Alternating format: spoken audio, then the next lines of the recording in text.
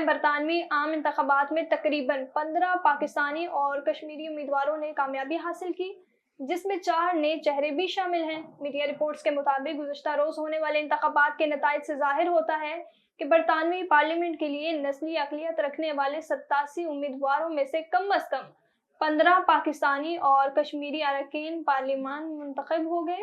افضل خان، عمران حسین، ناز شاہ، یاسمین قریشی، محمد یاسین، طاہر علی، شبانہ محمود، زہرا سلطانہ، doctor زبیر Ahmad, نوشابہ Khan, doctor Rozina party کے ticket پر منتخب ہوئے، جبکہ ایوب خان اور عدنان حسین نے بطور آزاد امیدوار کامیابی حاصل کی۔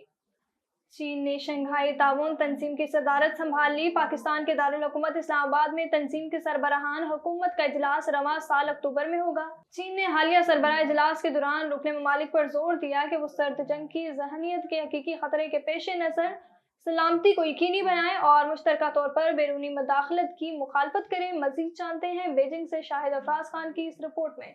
قازقستان کے دارالحکومت آستانہ میں شنگھائی تعاون تنظیم سمٹ کا انعقاد کیا گیا۔ اس موقع پر تنظیم کے رکن ممالک کے رہنماؤں نے SCO آستانہ اعلامیہ پر بھی دستخط کیے اور اسے جاری کیا۔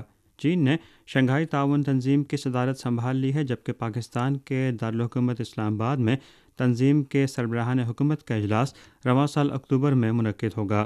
اعلامیے میں رکن ممالک نے ایک نئی قسم کے بین الاقوامی تعلقات اور انسانیت کے ہم نسب معاشرے کی تعمیر کے لیے اپنی کوششوں کا اعادہ کیا، جس میں باہمی احترام، انصاف، شفافیت اور جیت جیت تعاون شامل ہے۔ چینی صدر شی جن پنگ نے سمٹ سے خطاب کرتے ہوئے کہا کہ تنظیم کے ارکان کو اتحاد کو مستحکم کرنا چاہیے اور مداخلت اور تقسیم کے حقیقی چیلنجوں کا سامنا کرتے ہوئے مشترکہ طور پر بیرونی مداخلت کی مخالفت کرنی چاہیے۔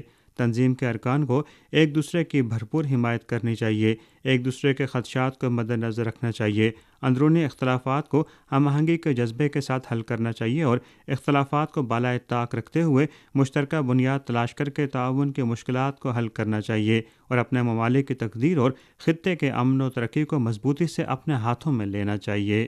SCO کی حالیہ سمٹ میں جہاں رکن ممالک کے درمیان تعاون اور اتحاد کی بات کی گئی ہے، وہاں عالمی سطح پر بھی سلامتی امن کا پیغام دیا گیا ہے۔ Shahid Afraz Khan, A1 TV، Beijing. اور آپ کو بتائیں، سعودی عرب مکہ کی نمائش میں موجود پاکستان گجرات سے تعلق رکھنے والی خاتون نسیم اختر کا کڑھائی سے لکھا گیا قرآن شریف کا تاریخی نسخہ زائرین کی توجہ کا مرکز بنا ہوا ہے۔ مزید تفصیلات کامران ملک کی اس رپورٹ میں۔ سعودی عرب مکہ کی نمائش میں موجود پاکستان گجرات سے تعلق رکھنے والی خاتون نسیم اختر کا کڑھائی سے لکھا گیا قرآن شریف کا تاریخی نسخہ زائرین کی توجہ کا مرکز بنا ہوا ہے۔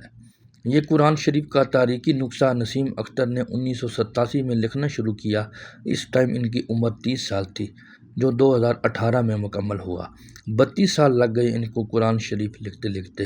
جب قرآن شریف مکمل ہوا ان کی عمر 62 سال تھی۔ یہ قرآن شریف کپڑے پر لکھا گیا ہے۔ کپڑے کی لمبائی 300 میٹر ہے اور 25,000 میٹر کپڑے پر کڑھائی کی گئی ہے۔ 55 کلو گرام اس قرآن شریف کا وزن ہے، جو 3 حصوں پر مشتمل ہے۔ پورے پاکستان کے لیے یہ اعزاز کی بات ہے کہ گجرات سے تعلق رکھنے والی نسیم اختر کا قرآن شریف کا تاریخی نسخہ سعودی عرب مکہ مکرمہ کی نمائش میں رکھا گیا ہے۔